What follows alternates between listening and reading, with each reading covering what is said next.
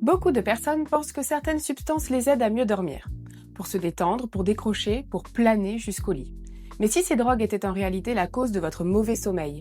Bienvenue dans le Somnoscope, la chronique où l'on parle des troubles du sommeil. Prenons le cannabis. Oui, il facilite souvent l'endormissement, mais au détriment de tout le reste. Le sommeil devient plus léger, moins stable. Et surtout, le sommeil paradoxal, celui qui consolide la mémoire et régule les émotions, est diminué. Une étude menée par Bolla en 2002 a même montré que les consommateurs réguliers récupèrent moins bien et ont des performances altérées au réveil. Autrement dit, on dort, mais on ne récupère pas. Maintenant, parlons des stimulants. Cocaïne, MDMA, amphétamine, là c'est encore plus radical. Ces produits boostent tellement le cerveau qu'ils empêchent complètement de dormir. On tient toute la nuit jusqu'au moment où tout s'effondre, le crash. Et ce sommeil n'a rien de réparateur.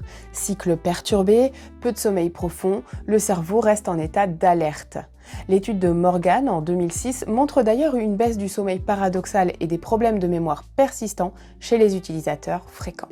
Et il y a un danger dont on parle très peu, l'apnée du sommeil.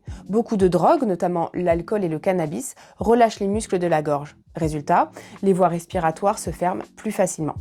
On ronfle, on fait des pauses respiratoires sans même s'en rendre compte. Et le lendemain, c'est la fatigue, la somnolence, l'impression de ne jamais avoir dormi. L'Institut de médecine a d'ailleurs mis en évidence que ces substances aggravent nettement le risque d'apnée. Alors, si vous avez besoin de consommer pour dormir, si malgré 7 ou 8 heures de sommeil, vous vous réveillez épuisé, si l'on vous parle de ronflement ou de pause respiratoire, n'attendez pas. Parlez-en à un médecin du sommeil ou à un addictologue. Un bilan simple, rapide, et vous pouvez reprendre le contrôle de vos nuits et de votre santé.